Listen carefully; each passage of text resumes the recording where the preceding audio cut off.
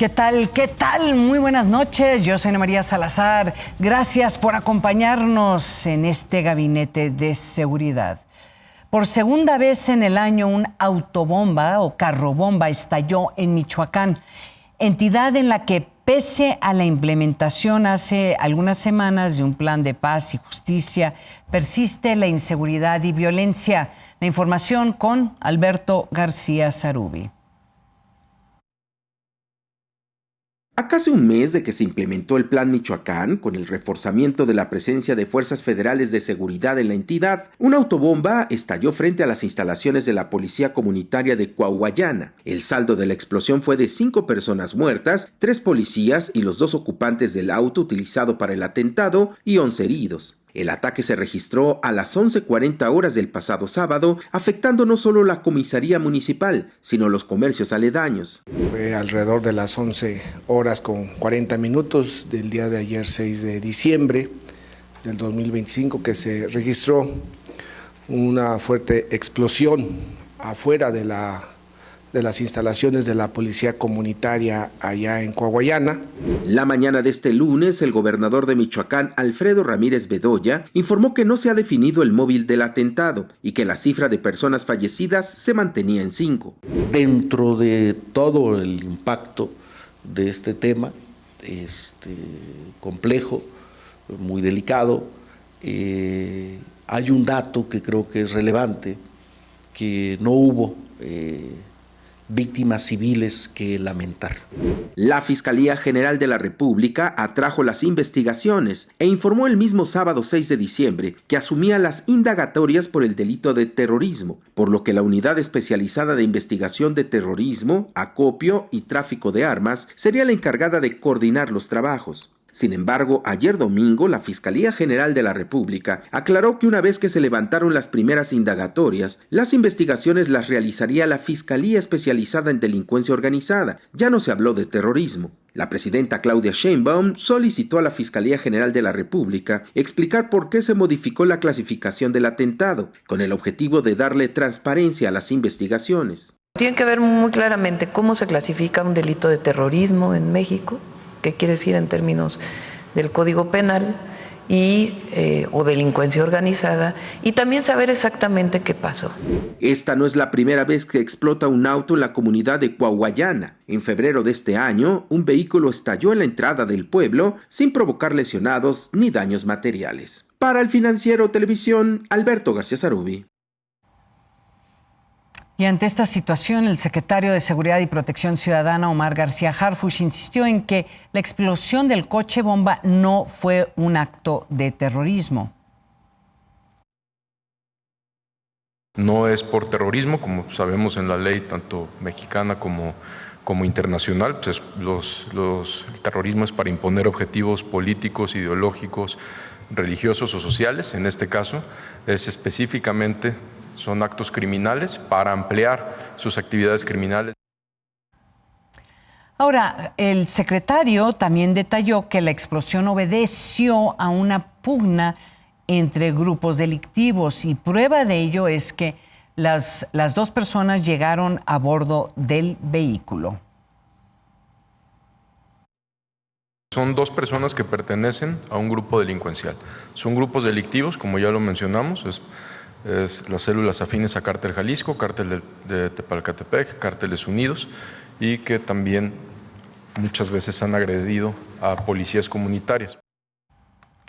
Y para ahondar más en este tema, ¿fue un acto terrorista o es un acto de violencia por parte de un grupo del crimen organizado? Saludo con mucho gusto a Facundo Rosas, ex subsecretario de Estrategia e Inteligencia Policial. De nuevo, ingeniero, muchísimas gracias por acompañarnos en este gabinete de seguridad.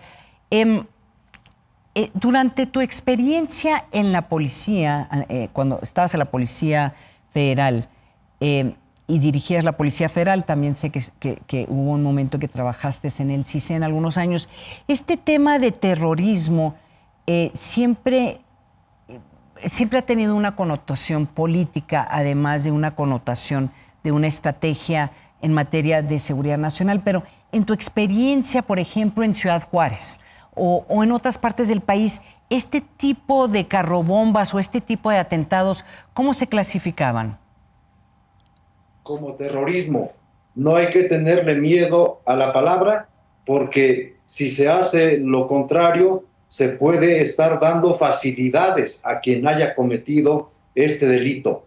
Dejar solo abierto en materia de delincuencia organizada dejaría de sancionar la conducta delictiva. Son 11 conductas delictivas que sancionan la delincuencia organizada. 2 de ellas ya fueron declaradas inconstitucionales, pero las restantes siguen siendo vigentes, y la primera de ellas es referente al terrorismo. Ejemplos hay 2, particularmente, y los pueden consultar tanto en los medios como en los archivos de la extinta Procuraduría General de la República. El primero, en el año 2007, cuando hubo una serie de atentados en contra de ductos de Pemex en Guanajuato, Querétaro, Veracruz y Tlaxcala. El segundo evento fue el que se llevó a cabo en Ciudad Juárez, justamente el 15 de julio del 2010, y en el mes de septiembre uno más que fue identificado y desactivado por la Policía Federal. De los 2 casos hay judicialización, es decir, se pudo emitir una orden de aprehensión por parte del juez a cargo del caso y hubo detenidos. En el tema de Ciudad Juárez hubo detenidos integrantes del grupo conocido como La Línea, y en el caso de los ductos de Pemex en Guanajuato, Querétaro, Veracruz y Tlaxcala, se emitieron las órdenes de aprehensión. No estoy seguro si se cumplimentaron, pero ahí están los 2 antecedentes en que se sancionó el terrorismo de manera particular. No hay que darle vueltas a las cosas, se nota. Mira, sabes que en el caso de los oleoductos, se supone, o por lo menos los indicios indicaban, que era un grupo guerrillero, una célula del EPR, que había violado esos oleoductos. Y yo recuerdo, fíjate, yo escribí una columna también con la misma posición que tienes tú. Esto se le tiene que considerar un acto terrorista por el impacto que tuvo en las empresas, en toda la industria del centro del país, que era el objetivo de este grupo de volar estos oleoductos. Eso para mí ya me llevaba a pensar, además de la visión doctrinaria que tendría el EPR, pero más allá de eso y más allá de las demandas del EPR en este momento, el impacto en sí era suficiente como para declararlo como un grupo, como un atentado terrorista. La PGR en ese momento me mandó una carta explicando de por qué no era un atentado terrorista y que debía, un poco en reacción a mi columna, pero yo insisto, estoy de acuerdo contigo que este tipo de actividades, cuando tienen un impacto tan fuerte en la población, más allá de que el objetivo sea irse en contra de otra organización criminal, yo creo que tiene que empezarse a clasificar como terroristas por el impacto en la población, Facundo. La ley así lo señala. No sé por qué le andan buscando 3 pies al gato. La ley es muy clara y dice que no solamente es atentar en contra de los bienes y servicios públicos, sino también privados. No solo en contra de policías, sino también de la población civil. Escuchaba al gobernador de Michoacán diciendo como consuelo que no hubo víctimas civiles, pero los policías comunitarios sí fueron víctimas de este atentado. Te voy a poner otro ejemplo que sucedió entre 2 grupos de la delincuencia organizada. El 11 de junio del año 1994, en el exterior del Hotel Camino Real en Guadalajara, explotó un carro bomba cuyo resultado fue daños a todo lo que era la fachada, y el vehículo se quedó con el ocupante en su interior de una forma totalmente despedazada. Entonces, creo yo que si vamos a buscar eufemismos o se va a atender desde otra óptica, se está faltando a lo que la ley dice, lo que la Constitución mandata. Ahora, yo entiendo los argumentos políticos detrás de esta posición del gobierno, porque tú recordarás que años anteriores han tratado de evitar tener estas definiciones de estos actos de extrema violencia por parte del crimen organizado mexicano, el definirlos como actos terroristas por la reacción de Estados Unidos, porque en ese entonces el temor era que iban a definir estas organizaciones criminales como terroristas. Bueno, ya Estados Unidos ya hizo eso. Y de hecho tú recordarás ese terrible caso de la familia Levarón, en donde mataron a la mamá, a los niños, creo que fueron 9, los incendiaron en el carro.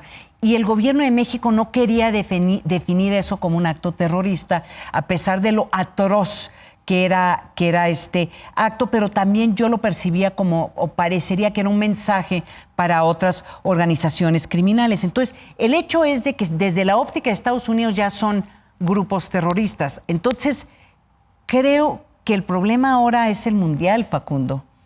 La percepción que se tenga de México de un país que tiene ahora actos terroristas. Esto no es nuevo. En el año 2011, en México y particularmente en Guadalajara, Jalisco, tuvieron lugar los Juegos Panamericanos. Uno de los temores de aquel entonces de las delegaciones donde tienen presencia algunos grupos con esta ideología, con este tipo de tendencia a la violencia, estaban muy preocupados, particularmente el gobierno de los Estados Unidos. Se pudo atender porque en ese entonces Jalisco ya era escenario de algunas acciones violentas. Entonces, para el año que viene, que viene el Mundial, habrá que tomar en cuenta este tipo de detalles para incorporarlos a la estrategia. No es para asustarse, es para afinar cada uno de los protocolos, cada uno de los procedimientos sistemáticos de operación para cada dependencia. Eso es coordinación, porque se ha malentendido la coordinación como que yo mando, y la verdad es que en este país el que exige mando único no manda ni en su casa. Mira, de hecho, me tengo que ir a una pausa, Facundo, ingeniero, pero ojalá que puedas continuar con nosotros, de hecho, para hablar un poquito indirectamente sobre el mando único. Queremos hablar sobre esta nueva unidad del 1, que en cierta forma parece que es no decir un experimento, pues una estructura que ya ha existido en México y que de nuevo lo retoma la Secretaría de Seguridad Pública. Entonces, ¿puedes continuar con nosotros, ingeniero? Muchísimas, pues gracias. Muchísimas gracias. Entonces, regresamos con Facundo Rosas después de esta pausa, pero antes les comparto la siguiente frase. Es un error esencial considerar la violencia como una fuerza. Esta es una frase de Thomas Carlyle, historiador, pensador y ensayista inglés. Vamos a un corte.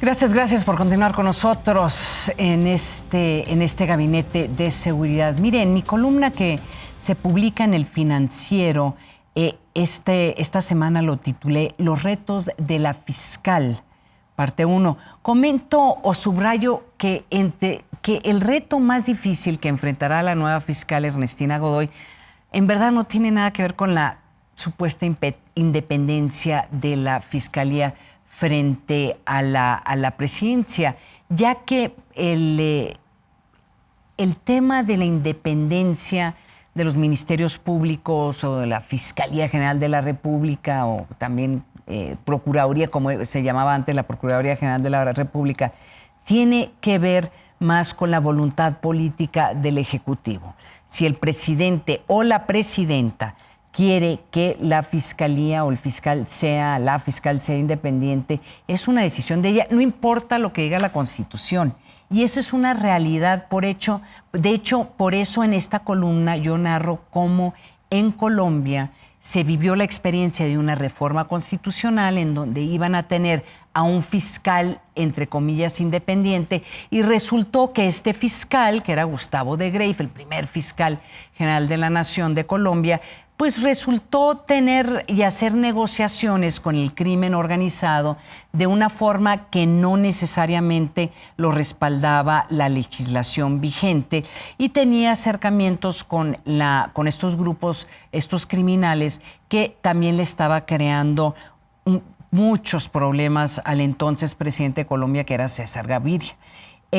Cuando él acaba, o sea, él no lo corren como parece que corrieron a Hertz Manero, Alejandro Hertz Manero, pero al acabar sus 4 años como fiscal general, pues llega un nuevo fiscal y de nuevo tiene que retomar estas negociaciones y este nuevo fiscal tuvo un acercamiento mucho más, pues un acercamiento con el Ejecutivo, excepto que a este fiscal Valdivieso, recuerdo su nombre, le tocó investigar al entonces presidente de Colombia, Ernesto Samper. Entonces uno puede decir, pues ahí sí se nota la independencia de la fiscalía, de colombiana en ese momento.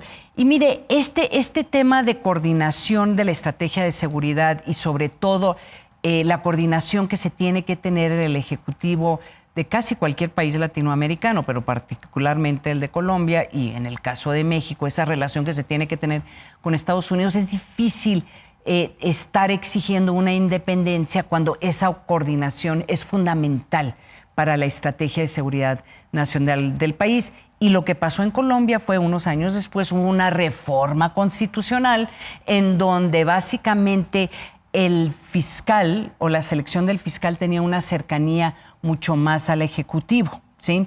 Que lo tenía la primera reforma constitucional. Y hay que decirlo, en los últimos años este fiscal el fiscal general de la República en Colombia ha mantenido una independencia, pero en parte por la voluntad política del presidente.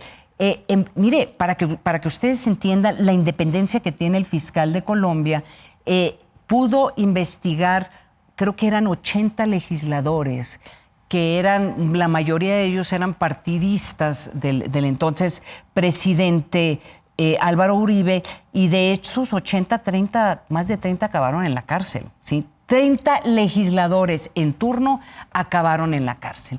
Entonces, como les había comentado, la independencia en parte depende mucho de que el presidente o la presidenta respete esa independencia. Ahora, para combatir la delincuencia, la Secretaría de Seguridad y Protección Ciudadana creó un nuevo grupo de élite bajo el nombre de UNO, Unidad Nacional de Operaciones Estratégicas. Su misión es dirigir y supervisar la investigación de delitos mediante el aprovechamiento de la tecnología informática. Esto es, será el responsable de las estrategias tácticas para la detención de quienes generen violencia en el país, entre otras funciones. Para ahondar en este tema, continuamos con Facundo Rosas, ex subsecretario de Estrategia e Inteligencia Policial.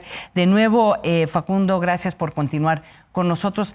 A ver, Facundo, esta nueva unidad del UNO, sé que has escrito sobre esto, has publicado algunas columnas sobre esto, pero tú además como comisionado de la Policía Federal, pues tendrás un mejor entendimiento de cuáles son, pues qué es lo que busca esta unidad.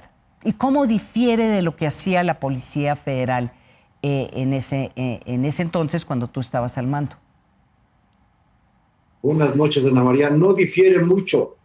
Creo que es la misma metodología, objetivos idénticos a lo que se hacía en el pasado y quizá pueda ser una competencia no del todo benéfica porque la Fiscalía General de la República cuenta con una policía que se encarga de investigar los delitos, previo mandato del Ministerio Público de la Federación. Me refiero a la Policía Federal Ministerial.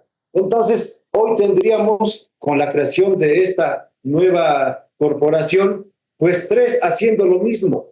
Está la Guardia Nacional, que se llevó todas las facultades que fueron construidas con esa visión en la Ley de la Policía Federal de junio de 2009, y ahora se están creando una especie de resonancia, quizá un tanto por la desesperación de resultados, pero a mí se me hace que puede haber no una duplicidad, una triplicidad. Ahora, pero por eso estoy tratando de entender entonces cuál es la estrategia de crear el 1. Y no es crítica, porque yo sí creo que es importante que la Secretaría de Seguridad Pública también tenga capacidades para operar, pero entendiendo que tal vez las prioridades del 1 sería diferente a las prioridades que tiene la Policía Ministerial, que sería diferente a lo que estaría haciendo la Guardia Nacional. O sea, en un mundo que tiene mucha lógica, pero que sabemos que no es así, pero en un mundo en donde habría cierta lógica de cómo funcionan las burocracias, debería de repartirse las funciones, Facundo.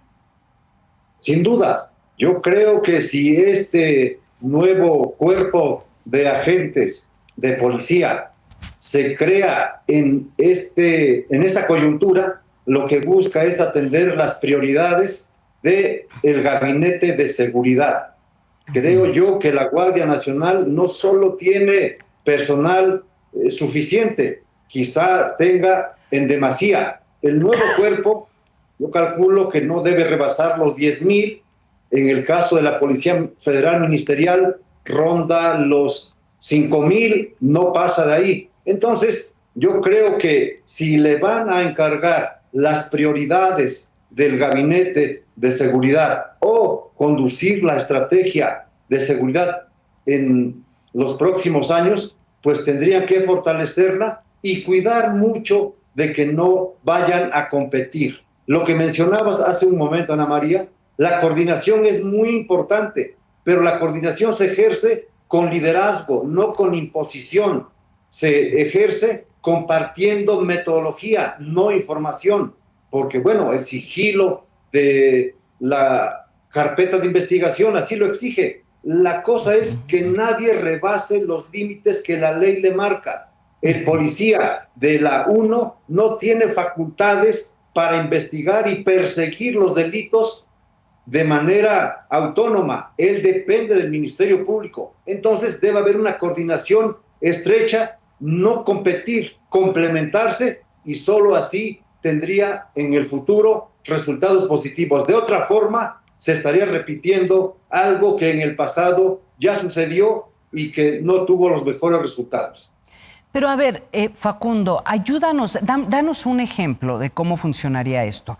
La 1 estaría enfocado a ir a detener o arrestar al Mencho, por ejemplo, ¿sí? O ir a arrestar a un objetivo importante para el gobierno de México por ser pertenecer o ser parte de una organización que ejerce mucha violencia en contra de la población, o detener a grupos de personas que tienen literalmente secuestrados algunos municipios. ¿Cómo funcionaría eso? ¿Entraría primero la 1? ¿Entraría la Guardia Nacional? ¿O entraría la Policía Ministerial? En un mundo ideal, ¿cómo funcionaría? ¿Cómo se coordinarían un esfuerzo como este? Le voy a poner un ejemplo del año 94. Cuando surge el Ejército Zapatista de Liberación Nacional, sorprendió al gobierno federal y a los gobiernos de los estados donde se manifestó de manera violenta, sin herramientas, sin el andamiaje jurídico para hacerle frente a este fenómeno entre delictivo y social. Lo que se hizo fue concitar a todas las áreas del gobierno federal y de los estados para distribuirse las tareas de acuerdo a sus atribuciones y sus capacidades técnicas y humanas, sin competir. Ahí nacieron los grupos de coordinación ejecutiva y operativa. En estos niveles se trabajaba de manera coordinada sin tener que llevar a cabo algunas modificaciones de tipo constitucional para darle un tratamiento integral de manera inmediata. La nueva edición de los grupos de coordinación son las mesas de construcción de paz. Pero se tiene que definir qué es lo que buscas. ¿Buscas la paz o buscas la seguridad de los ciudadanos? Porque son dos conceptos distintos. Entonces, cada gobierno tiene prioridades. Entiendo que la 1 va a atender las prioridades del gobierno federal y la Policía Federal Ministerial se hará cargo de los mandamientos del Ministerio Público de la Federación, mientras que la Guardia Nacional se encargará de patrullar, de cuidar las carreteras. Quizá ese sería el espíritu para que no se desgasten entre ellas. La preocupación que yo tengo con este anuncio, Facundo, es que no veo de dónde van a salir los recursos. O sea, no veo que se les haya asignado recursos. Entonces, el plan es ir tomando personas de dónde, cómo se les va a pagar, cuál va a ser la estructura. ¿Tú tienes alguna información de cómo va a ser este proceso de creación e implementación de la ONU en un mundo en donde hay mucho menos recursos y dos, en donde la mayoría de los recursos en materia de seguridad pública pues se fueron a la Guardia Nacional y pues ya también hay muchas quejas y mucha preocupación por los gobiernos estatales de cómo van a financiar y cómo van a modernizar y apoyar a las policías estatales y municipales? Teniendo claro qué es lo que se busca, seguramente habrá recursos. Hace poco escribía en una columna el monto, el presupuesto que destina el gobierno federal para detener a una sola persona y rebasaba los 6.5 millones al año. Hay policías más pequeñas, más eficientes, cuyo costo, hablando de cada detenido, no superaba los 60,000 pesos. Entonces, si se concibe bien, si Hacienda, aquí el trabajo de la Secretaría de Hacienda es muy importante, tiene que ayudar a estructurar, definir perfiles de puesto, roles, objetivos, indicadores, metas claras, y yo creo que el presupuesto sí alcanza. Alcanza para comprar camionetas blindadas, alcanza para comprar aeronaves, que no alcance para pagarle a 5,000 o 10,000 elementos de esta nueva policía. Pues debería de. Oye, Facundo, pues de nuevo no sabes cómo, ingeniero, te agradezco que nos hayas acompañado esta noche. Facundo Rosas, ex subsecretario de Estrategia e Inteligencia Policial. Gracias por acompañarnos en este gabinete de seguridad. Con todo gusto, buenas noches. Muy buenas noches. Es momento de otra pausa, pero antes les comparto la siguiente frase del escritor español Francisco de Quevedo, que dice así: menos mal hacen los delincuentes que un mal juez.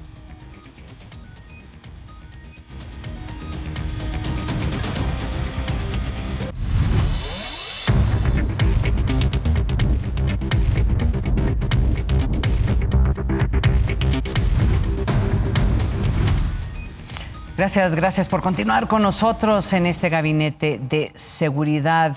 Mire, en el 2024, 88 mexicanos murieron al día víctimas de un asesinato, una cifra alarmante debido a que el país registra una de las tasas más altas de homicidios en el mundo. Alberto García Zarubi con todos los detalles. En México la violencia es una realidad y más allá de cifras oficiales, el país registra una de las tasas más altas de homicidios en el mundo. La organización ciudadana México Unido contra la Delincuencia informó que en 2024, 88 mexicanos murieron al día víctimas de un asesinato. En total, en el año pasado se cometieron 32.065 homicidios dolosos, lo que representó un aumento del 1% con respecto a 2023. La organización México Unido contra la Delincuencia presentó el Atlas de Homicidios México 2024, 7 años, miles de víctimas, donde informó que en los dos gobiernos de la Cuarta Transformación se acumulan 241.967 homicidios dolosos, siendo el año 2020 con el mayor número de asesinatos, con 36.995. Dentro del reporte se informa que 5 estados rebasaron durante 2024 los niveles históricos de violencia, que fueron Aguascalientes, Campeche, Chiapas, Tabasco y la Ciudad de México, que incrementó en 30% los reportes de homicidio. ¿Qué fue lo que encontramos de 2018 a 2024 a nivel homicidios? Pues a nivel nacional se registraron 249.967 víctimas de homicidio. Es una cifra grandísima. México Unido contra la Delincuencia recomendó emprender políticas que controlen la distribución y el uso indiscriminado de armas, ya que en el 74% de los homicidios se utilizaron armas de fuego. Sin embargo, las cifras son vistas de otra manera por parte del gobierno. Este martes, el Gabinete de Seguridad Federal informó de una reducción del 37% en el actual gobierno en homicidios dolosos, cifras que calificó como históricas en el combate a la violencia. Había una reducción de 37% en los homicidios diarios y esta reducción es equivalente a 32 homicidios dolosos menos por día respecto a septiembre 2024, lo que confirma esta disminución sustantiva de la violencia. Para El Financiero Televisión, Alberto García Zarubi. Ahora, en este contexto, obviamente la siguiente información es importante. De ahora en adelante, la señal de telefonía celular quedará bloqueada en el primer trimestre del 2026 en 14 reclusorios federales y los 13 centros penitenciarios de la Ciudad de México como parte de las acciones para combatir el delito de extorsión. Omar García Harfuch, secretario de Seguridad Ciudadana, detalló que hasta el momento se han detectado 12 centros penitenciarios que concentran el 56% del total de las denuncias reportadas a la línea de extorsión 089. Se han implementado acciones conjuntas de bloqueo de señal, revisión tecnológica y operativos de supervisión. Por ello se realiza la instalación de inhibidores de señal, sistemas de circuito cerrado avanzados, sensores de movimiento, escáneres de seguridad y tecnología en centros penitenciarios federales. Ahora, en otros temas que tienen que ver con seguridad y la relación de Estados Unidos, de México ahora con Guatemala, mire, estos dos países, México y Guatemala, realizaron acciones conjuntas en la frontera. Así lo anunció el secretario de la Defensa Nacional, el general Ricardo Trevilla, quien detalló que tras los recientes hechos de violencia en zona guatemalteca por la incursión de cárteles mexicanos, las Fuerzas Armadas de ambos países realizarán acciones coincidentes, cada uno en su territorio. Agregó que los operativos se prolongarían el tiempo que se requiera. Se va a aplicar un plan para realizar operaciones coincidentes a lo largo de la frontera con fuerzas del ejército mexicano en nuestro territorio y también con el personal de Guatemala. Se realizarán ese tipo de operaciones. Y en lo que van del año, 111 periodistas han sido asesinados en todo el mundo. Lamentablemente, México sigue siendo uno de los países más peligrosos para ejercer esta profesión. La información con David del Río, corresponsal en Europa. Según la ONG Reporteros Sin Fronteras, con 9 periodistas asesinados de un total de 67 en todo el mundo, México fue este año el segundo lugar del planeta en el que más reporteros murieron ejecutados por su labor profesional. De acuerdo con los datos de la ONG, solo en el territorio palestino de Gaza, escenario de la guerra de Hamás con Israel, fueron asesinados más periodistas en 2025 que en México. La organización no gubernamental francesa culpó al crimen organizado de lo que calificó alarmante recrudecimiento de los asesinatos de periodistas en México durante los últimos 12 meses. La ONG, que vela por la libertad de prensa en el mundo, resaltó que 2025 fue el año más mortífero de los últimos 3 años en México y consideró que con estas cifras el país se afianzó como el segundo lugar más peligroso del mundo para los periodistas. RSF recordó que desde el año 2000 más de 150 periodistas han sido asesinados y 28 han desaparecido en México. La organización advirtió además de una creciente mexicanización de América Latina, región que concentra el 24% de los asesinatos globales de periodistas. Reporteros Sin Fronteras publicó este martes su reporte anual de la libertad de prensa en el mundo, en el que México ocupa el puesto número 124 de 180 países en la lista, por la violencia persistente, la falta de voluntad política y el fracaso de las instituciones encargadas de proteger a los periodistas. Para El Financiero Televisión informó desde Europa David del Río. Qué fuerte ese comentario, ¿no? Mexicanización de América Latina. cuando se está hablando de cómo incrementa el número de asesinatos de periodistas en este hemisferio. Es momento de una pausa, pero antes les comparto la siguiente frase. No buscamos la sociedad por amor a ella misma, sino por los honores o los beneficios que puedan reportarnos. Esto es del filósofo y tratadista político inglés Thomas Hobbes.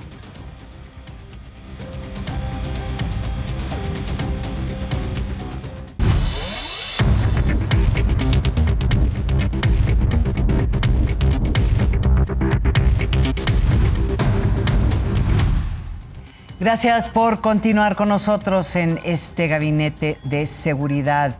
Miren, en este espacio le hemos dado seguimiento a lo que acontece con el cometa 3I Atlas, 3I Atlas, en especial por las implicaciones que pudiera tener con la seguridad nacional, pues, del mundo.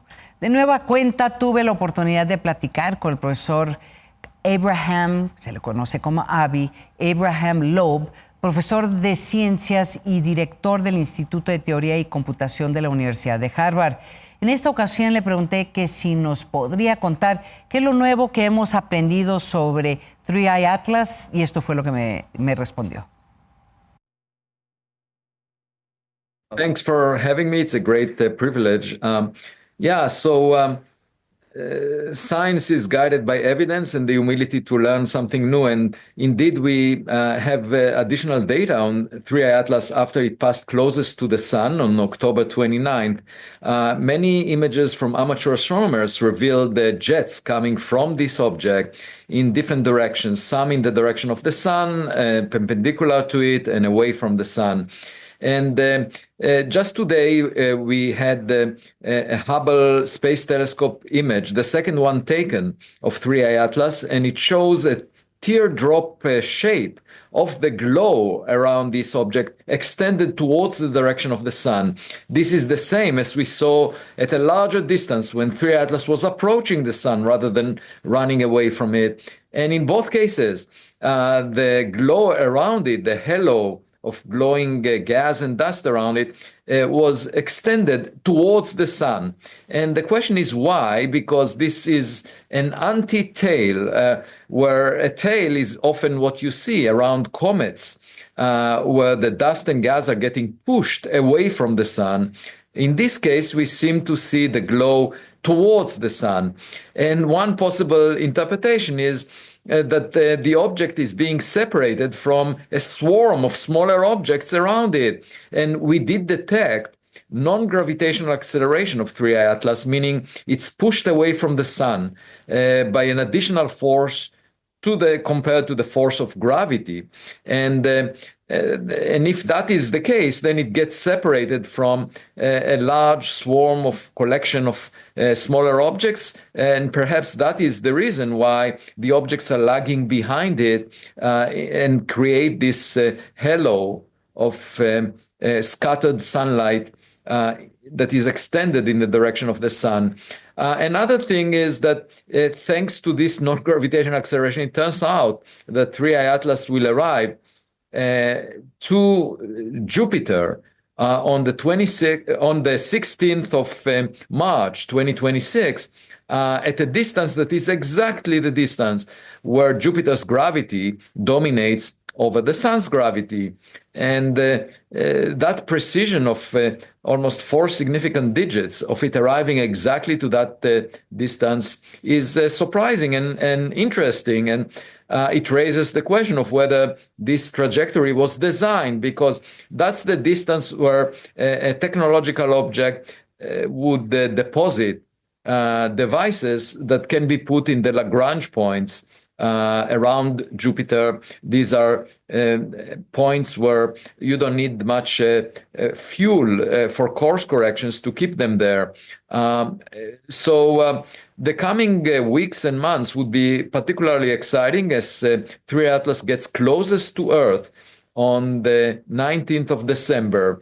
And this would be just 1 week before the holidays. And let's all hope that it's actually just an icy rock and it will not deliver any unwanted gifts to us for the holidays. Ahora, no sé si ustedes, pero yo escuchando al profesor Avi Loeb, pues como que estaría insinuando de que en esto, el Three Eye Atlas, más que ser un fenómeno natural, que no es un fenómeno natural. Bueno, por lo menos eso parecería que estaría insinuando eso. Ahora, la NASA sí tuvo una conferencia de prensa en donde nos brindó su perspectiva de lo que hemos aprendido hasta ahora con respecto al Three Eye Atlas. Le pregunté al profesor Loeb si estaba satisfecho con lo que dijo la NASA y esto fue lo que me comentó. I was disappointed by the press conference held by NASA officials for a variety of reasons. First, during the government shutdown, no data was shared with the scientific community, and in particular, there was an image taken by the HiRISE camera on board the Mars Reconnaissance Orbiter on October 2nd, a day after the government shutdown started. They could have shared the data in a repository that doesn't require any work from them, but instead they kept it out of the public view. And then 45 days later, they came out with a press conference. And the hopes were that we will learn something new, but then this press conference did not reveal any substantial new information about Three Eye Atlas. Instead, what we saw are fuzzy images. Turns out that the HiRISE camera had a jitter that blurred the image. That's not up to them, of course, to get better data because it's the instruments that were not performing very well. But they should not have organized, in that case, a press conference because there was an anticlimax. The public was not particularly happy with the fact that there wasn't new information released and all of this data was kept secret until then. And moreover, there were no scientists at that press conference. It was mostly NASA officials basically making the point again and again that it's just a comet that came from another environment. And, in a way, it's a messaging that the public doesn't like to hear because it puts those officials on a pedestal as if they are lecturing the public of what the public should know. And they are not admitting the fact that this object has some anomalies, unusual facts about it that need to be explained because science is work in progress. And we should be honest when there are strange facts about an object. Even if we think that it must be a comet, it's a comet of a type that we've never seen before. And therefore, let's encourage the assembly of more data so that we can figure out. It's like the work of a detective. And that's the way science should be portrayed. And instead, what we saw is a group of NASA officials, not practicing scientists, that was giving the public what they think the public should know. Ahora, esta conferencia de prensa de la NASA sí levanta sospechas. A lo mejor fueron incompetentes, pero es la NASA, que es un experto, esta institución es experta en comunicación y cuidan mucho su imagen, pues como que es medio sospechoso la forma en que manejaron su conferencia de prensa.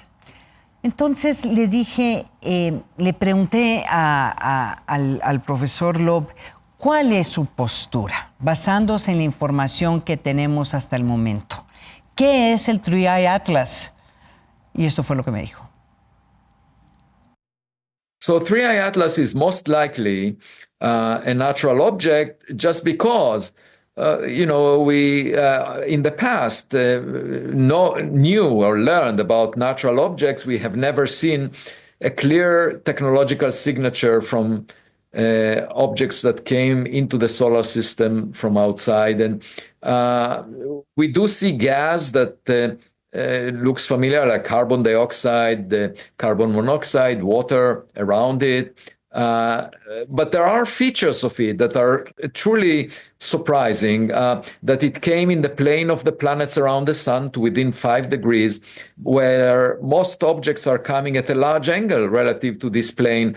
And so that raises the suspicion that maybe it's on some reconnaissance mission, or it wants to deploy some probes in the solar system.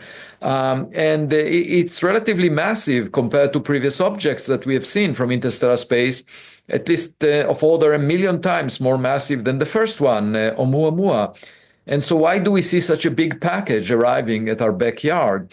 And then there are anomalies associated with composition, like a lot of nickel, but very little iron in the plume of gas around it, that we find only in industrial production of nickel alloys. So altogether, I would say that it's most likely natural, but then if so, then it's extremely rare, and it's an unusual gift that we received from interstellar space, because traveling through the plane of the planets allows us to use all the space assets that we have in that plane. These are observatories on Earth, and these are space observatories, and it spends a lot of time close to planets because of that, and that allows us to observe it throughout its path. And we shouldn't expect that a natural object in the future would bring us such an easy target in the future. But I still have the concern about these anomalies until I understand where they originate from, because it could be still a black swan event, an unlikely visit by something different than an icy rock that we must take seriously because of the implications to humanity. De hecho, le pregunté al profesor, ¿estamos listos? Quiero decir, ¿está la humanidad lista para aceptar que tal vez pueda haber vida ahí afuera que no sea humana? Y esto fue lo que me comentó. I don't think so. And one reason is that we did not invest in the search for interstellar objects in the past. We just found those by chance while surveying the sky for any near-Earth objects. That's how we discovered Oumuamua, and now 3I Atlas. It was a complete coincidence that we saw it. And I do think that if we were to invest effort in checking how much traffic there is of interstellar objects from outside the solar system entering to our neighborhood, we might find smaller objects moving much faster. And among the rocks, we might find the technological artifacts, because we produced a lot of space trash, and we just did it over the past 50 years. And another civilization that operated for millions or billions of years could have done much more. And we don't know how many neighbors, technological civilizations we have in the Milky Way galaxy. We arrived relatively late. And so the best path forward is to observe the sky. And even, if we were to discover after we are opening our minds to that possibility, and, that requires some humility that I'm advocating for. If we discover alien technology, what should we do about it? It's like a visitor to our backyard that we need to decide how to respond to it. And currently, governments or financial institutions are not ready for that. We were contemplating rocks that may impact the Earth, because we know that dinosaurs were killed by a giant asteroid the size of Manhattan Island. So we are smarter, we can find rocks, and we can forecast how they move. But an alien technological object might maneuver, it might have an intent that we cannot initially figure out. And so it's a much more serious risk that we've never attended to. I tried to reach out to the United Nations so that there would be a committee or an organization that would bring in policymakers and scientists to discuss how to respond to a visit by alien technology, but they are very slow at responding to my request. And my guess is that as soon as we have clear confirmation of an alien technological object in our vicinity, everything will change. And suddenly it will become a high priority item. And we currently invest $2.4 trillion a year on military budgets. It might require us to divert a significant fraction of that to space exploration, because we are not protecting the Earth right now against alien technology. And we need to have interceptors that would tell us about such objects as they approach the inner solar system. So I do expect a lot to change if we find evidence, but if we are not seeking the evidence, obviously we'll not find it. We are basically maintaining our ignorance by ignoring this possibility. Extraordinarios los comentarios del profesor Avi Loeb. Él es, como les había comentado, es profesor de ciencias, director del Instituto de Teoría y Computación de la Universidad de Harvard. Y espero tener la oportunidad de conversar con él en unas semanas más, cuando esté ya mucho más cerca el 3 y hay Atlas a Júpiter. Y hasta aquí este espacio, este gabinete de seguridad.